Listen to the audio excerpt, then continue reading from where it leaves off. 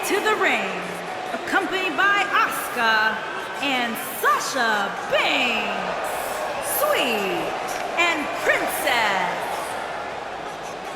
It's time for our first match of the night, guys, and it looks like we have quite the contest coming up. And good luck to those who have to follow this one. You're gonna need it.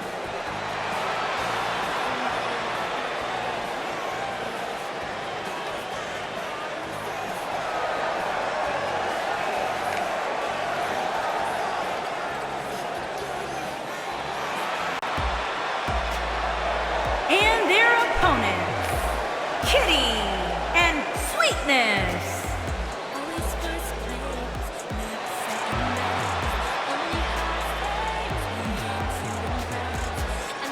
What a great match we have here to start off this night, guys. And Michael, I had to check twice when I saw this match listed as our opener. I mean, it could very well have been our main event.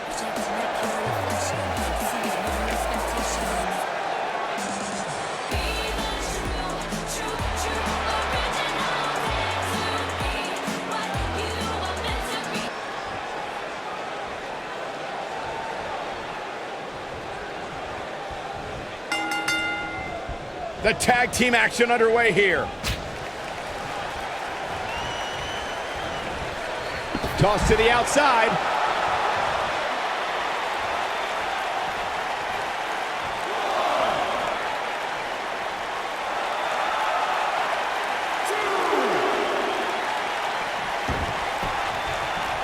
Oh, man, by the hair. Oh, distance there. What a stomp. Good grief.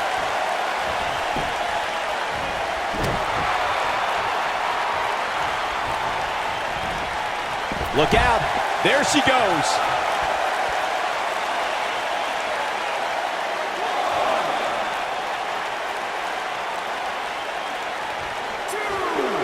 She wants to do this in the ring. Hair pull mat slam.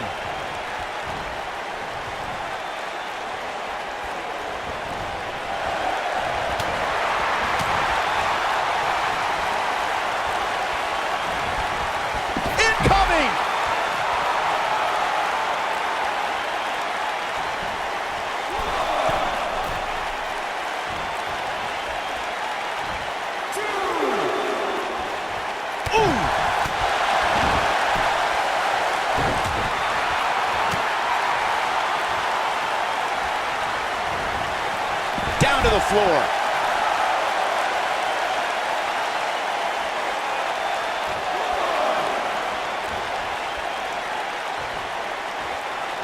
During the rivalry between the Hardy Boys and Cesaro and Sheamus over the Raw Tag Team Championship, the teams became very familiar with one another. In June of 2017, the teams met in a 2 out of 3 falls bout on Monday Night Raw. The most important fall in a 2 out of 3 falls contest is the first fall. If a team can win the first fall, that sets the tone for the rest of the match, and your opponents are playing catch-up.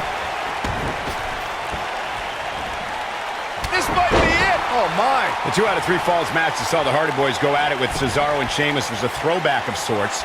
Throughout the 1960s and 70s, championship title defenses and grudge matches were often decided in the 2 out of 3 falls format. Cesaro and Sheamus didn't waste any time and scored the decisive first fall after a brogue kick rocked Jeff Hardy. Cesaro and Sheamus wanted to continue their domination of Team Extreme, but the Hardys had other ideas as Matt tied things up at 1 fall apiece after a twist of fate on the Swiss Cyborg. After a swanton bomb by Jeff Hardy, the match broke down and the third fall was ruled a double countout.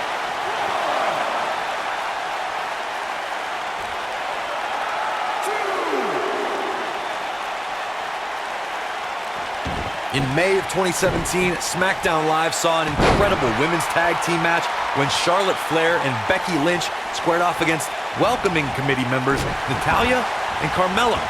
The rivalry between these women got so intense that Naomi was in Flair and Lynch's corner, and Tamina was in Natalya and Carmella's corner. Oh man, what a leg drop! I think only a group as treacherous as the welcoming committee could bring Becky Lynch and Charlotte Flair back together. Natalya's power set the tone for the match and gave her team an advantage. That was until Carmella's overconfidence let the Irish last kicker turn the tide and get back into the match. And then it was elementary from there for the Irish-born superstar. Naomi did an excellent job of making sure any quote-unquote committee nonsense cost her girls the match.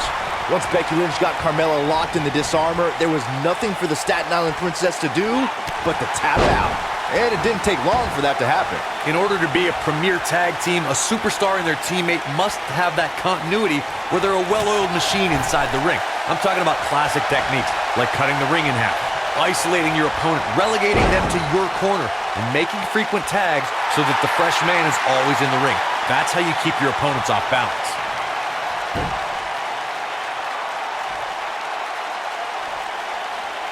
Corey, a few moments ago, you took us through what it takes for a tag team to be successful. The continuity between tag team partners is crucial.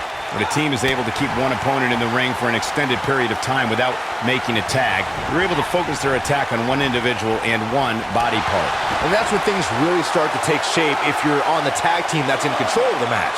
When you look at the tag teams who've dominated this business, all of them worked well together as a unit and were able to keep an opponent in the ring long enough to make that adversary the focal point of their assault. Most of the truly great tag teams in sports entertainment created a double-team finishing maneuver.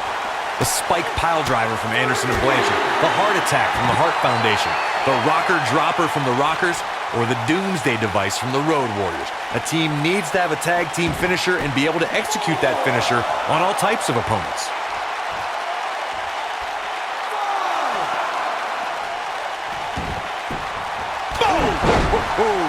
Corey, a few moments ago, you mentioned some of the great tag team finishing moves in sports entertainment history. Don't forget about the 3D from the Dudley Boys or the double drop kick from the 2000s. Looking for all the glory here. Early kick out, referee right on top of the action. Not yet.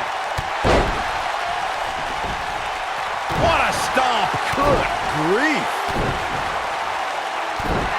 You gotta believe this one's over.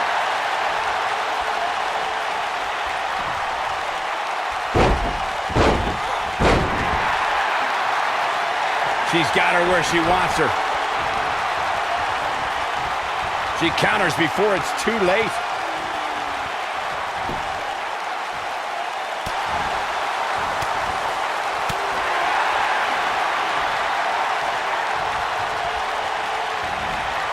Toss to the outside.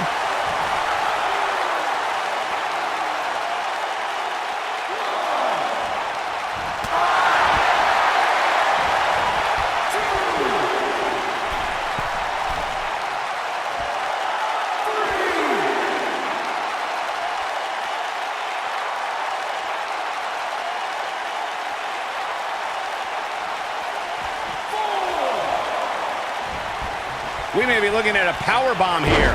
That's exactly what it looks like to me, Cole.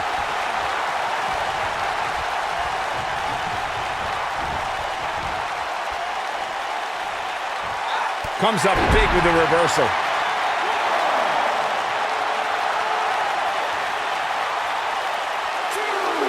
What's he doing? What?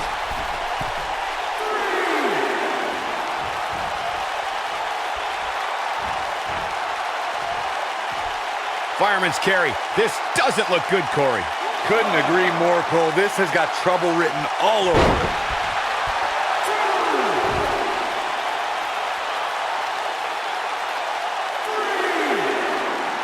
Oh my God, what a forearm! That's a jaw.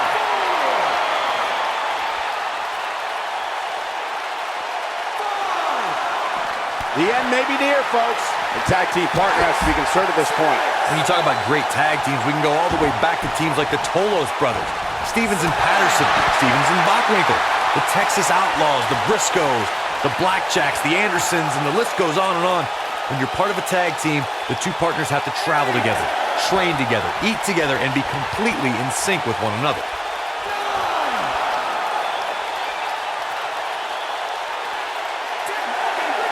Oh, come on, not like this. This is not how I wanted to see this end. That match deserves another look, folks.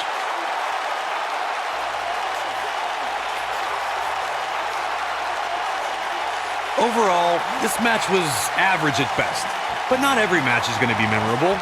In fact, I've almost forgotten it happened already. Who could forget this?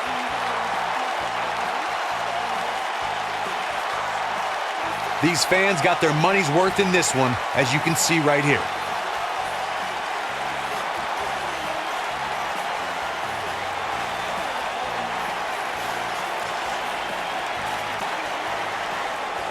Here are your winners, Sweet and Princess. Big win here to start the show. And if that match is any indication of what to expect here tonight, we are in for an amazing evening. And folks, if you're just joining us, I'm sorry to tell you that you just missed one of the most exciting SmackDown matches in recent memory.